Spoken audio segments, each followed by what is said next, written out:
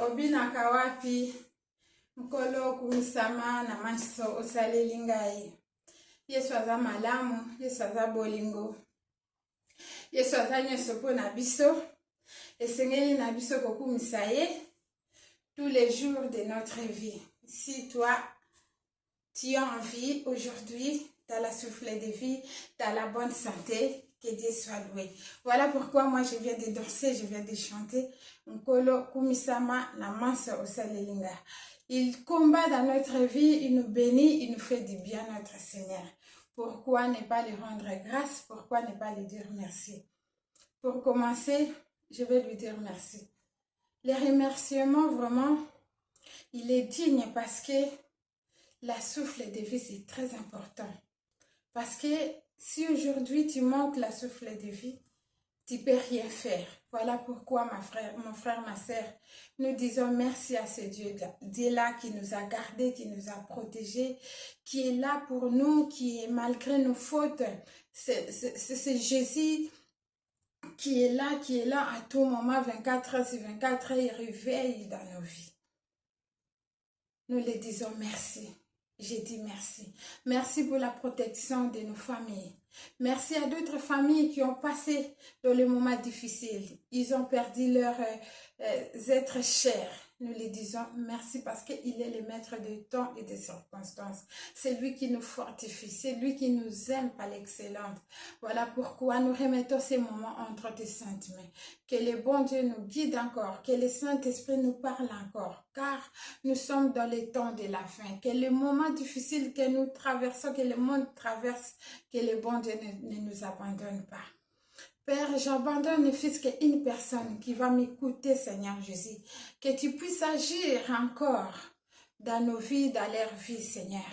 Car la parole s'est faite chair. Cette parole, quand nous mettons en pratique, c'est cette parole-là qui demeure en nous. Nous allons voir tes miracles, nous allons voir encore tes merveilles. Voilà pourquoi, Seigneur, je m'abandonne entre tes sentiments. Que l'Esprit de Dieu me guide du début à la fin. Bénis toute personne qui va m'écouter. Dans les noms puissants de Jésus-Christ, j'ai ainsi prié. Amen. Que les noms de notre Seigneur Jésus-Christ soit loué, soit glorifié. Mes chers abonnés, je vous bénis tous par la grâce de Dieu. Soyez bénis, soyez bénis. En tout cas, Dieu est bon, Dieu est merveilleux. C'est vrai, je ne suis pas tout le temps pour partager. Et quand Dieu permet, voilà, je suis encore là. J'aime bien danser, j'aime bien glorifier Dieu. Donc, il est merveilleux. Encore une fois, il nous a fait grâce. Je vais continuer toujours dans mon sujet concernant les violences. Comme vous voyez dans le monde entier, il y a la violence partout. Toujours dans la lumière des Écritures, on va continuer jusqu'à ce que, par la grâce du Saint-Esprit, là où va me guider, que j'arrête, je vais arrêter, mais jusque-là, on va un peu décortiquer petit à petit. Les premiers sujets ou première partie ou premier volume, c'était, j'avais intitulé Comment lutter contre la violence. Oui, c'est vrai. Si tu n'as pas écouté, vous pouvez y aller regarder. Et là, on va entamer la deuxième partie. La deuxième partie, on va parler les causes de la violence. Avec la lumière des Écritures, on va lire dans Galates 5. Comme ça, vous allez voir les causes de violence. Et dans la violence, j'avais parlé précédemment toujours dans l'Éphésiens 5, chapitre Galates 5, verset 16. Et on a parlé concernant les fruits de la chair et les fruits de l'esprit. Et j'ai voulu parler, parmi les fruits de l'esprit, il y a la maîtrise de soi. C'était mon sujet. Si la violence aujourd'hui commence à faire les dégâts, parce qu'à chacun de nous manquons la maîtrise de soi. Voilà pourquoi la maîtrise de soi, c'est quelque chose de bien. C'est comme le traitement de la violence. Quelqu'un qui maîtrise ses pensées, ses paroles, son corps physique, il ne peut pas blesser quelqu'un, il ne peut pas taper quelqu'un, il ne peut pas insulter quelqu'un. Voilà pourquoi aujourd'hui je vais parler des causes de violence. Sans plus tarder, on va lire la Bible dans Galates 5, chapitre verset 16. Je lis dans le nom de Jésus-Christ. J'ai dit donc, ça c'est Paul qui nous parle. Marchez selon l'esprit, et vous n'accomplirez pas les désirs de la chair, car la chair a des désirs contraires à ceux de l'esprit, et l'esprit a des contraires à ceux de la chair. Ils sont opposés entre eux, afin que vous ne fassiez point ce que vous voudriez. Si vous êtes conduit par l'esprit, vous êtes point sous la loi. Or, les œuvres de la chair sont manifestes. Ce sont l'impudicité, l'impureté, la dissolution, l'idolâtrie, la magie, l'inimitié, les querelles, les jalousies, l'animosité, les disputes, les divisions, les sectes, l'envie, l'ivrognerie, l'excès de table. Et les choses semblables, je vous dis d'avance, comme je l'ai déjà dit, que ceux qui commettent de telles choses n'hériteront point les royaumes de Dieu. Alléluia. Mais les fruits de l'esprit, c'est l'amour, la joie, la paix, la patience, la bonté, la bénignité, la fidélité, la douceur, la tempérance. La loi n'est pas contre ces choses. Ceux qui sont en Jésus-Christ ont crucifié leur chair avec ses passions et ses désirs. Parole du Seigneur. Amen. Je pense que vous avez compris, vous avez entendu la différence entre les œuvres de la chair et les œuvres de l'esprit. La Bible nous parle, ce sont des choses opposées, ce sont des choses qui sont contraires. Mais j'ai regardé, comme vous voyez dans les œuvres de la chair, concernant la violence, vous allez trouver la jalousie, vous allez trouver la querelle, division, l'infidélité. Ce sont des choses qui créent la violence.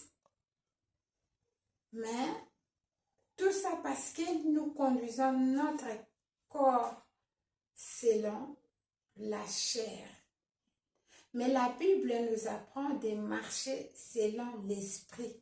Quand vous marchez selon l'esprit, ce désir-là ne sera pas comme, tu ne seras pas marcher comme un homme charnel. Un homme qui n'a pas l'esprit de Dieu, il est guidé par la chair. Quand la chair lui dit d'aller voler, il va voler. Quand la chair va lui dire de commettre l'impudicité, il va commettre l'impudicité, l'adultère,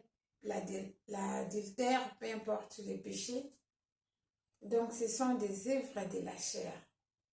Mais dans les œuvres de l'esprit, qui est contraire des œuvres de la chair, on nous parle de l'amour, de la patience, de la douceur. Il y en a 9, je ne peux pas tout énumérer, vous avez écouté, mais j'ai pris la tempérance. Donc, tempérance, c'est-à-dire notre façon d'agir tempéramment. Donc, il y en a d'autres qui ne supportent pas qu'on lui dise des mots durs. Il y en a d'autres qui n'ont pas de maîtrise. Dans d'autres versions, on dit maîtrise de soi.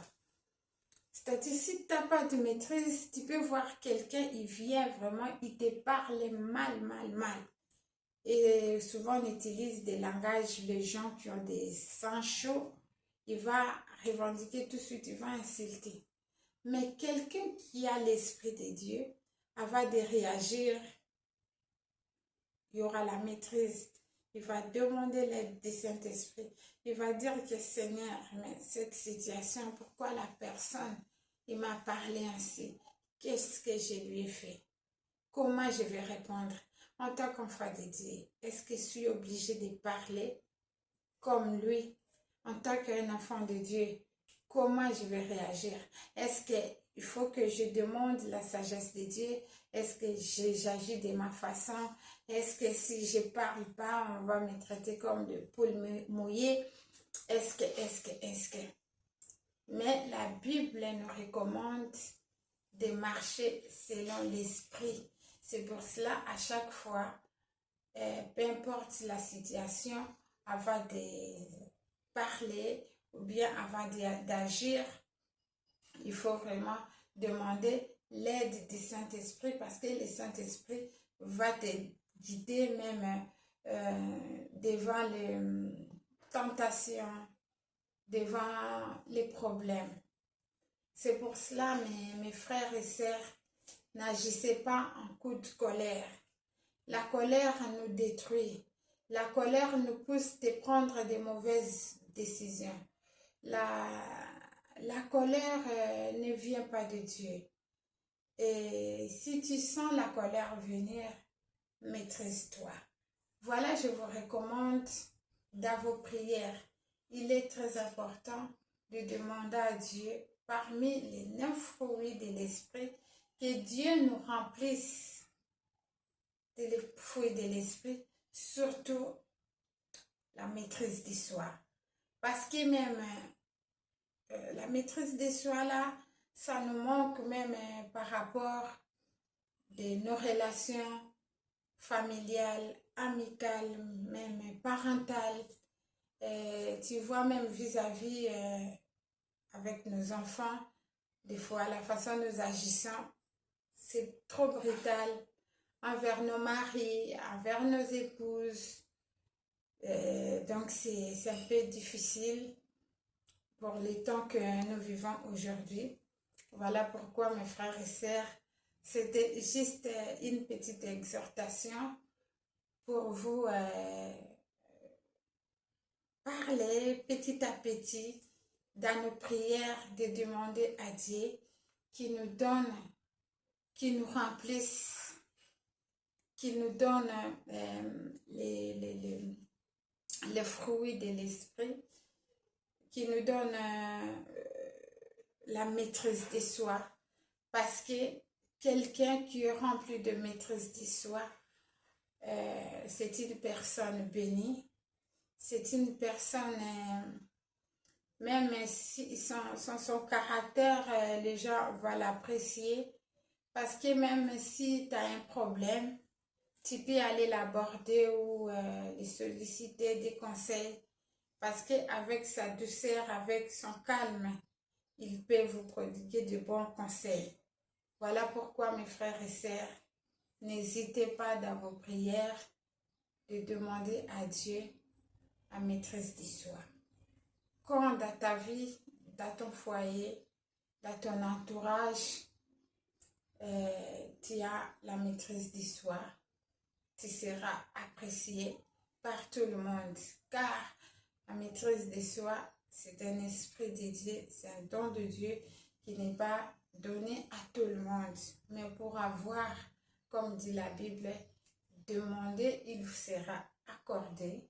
Et quand vous demandez le fruit de l'esprit, particulièrement la maîtrise de soi, et Dieu va vous l'accorder.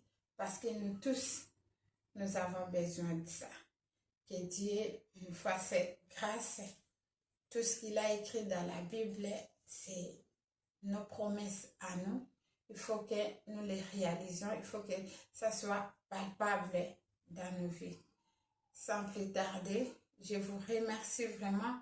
Je remercie à toute personne qui va écouter cette exhortation.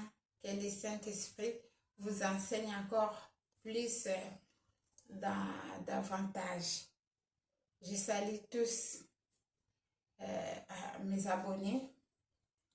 Je salue toute ma famille de près et de loin. Sans oublier caméraman, JC Ting, professionnel. Que Dieu te bénisse abondamment. Namsala kitoko zosala. Et pour nakosukisa, tu vas continuer na loyongo na biso. Oyebi malamu nga nalinga nanga kobina nalinga kukumisa Nzambe. Sikoyo toke na banzema na ngai ya Baswahili wana. Oyebi ka ndenge na binaka. Soki obina ate nkolo akumisama. Cette chanson signifie le Seigneur fait de moi l'être tigé dans l'argile et les potiers. Que Dieu nous façonne, que Dieu nous fasse du bien, qu'il nous crée des vases d'honneur, les vases qui donnent des bons fruits. Donc voilà, j'aime cette chanson et que Dieu vous bénisse. Maintenant on va danser tous.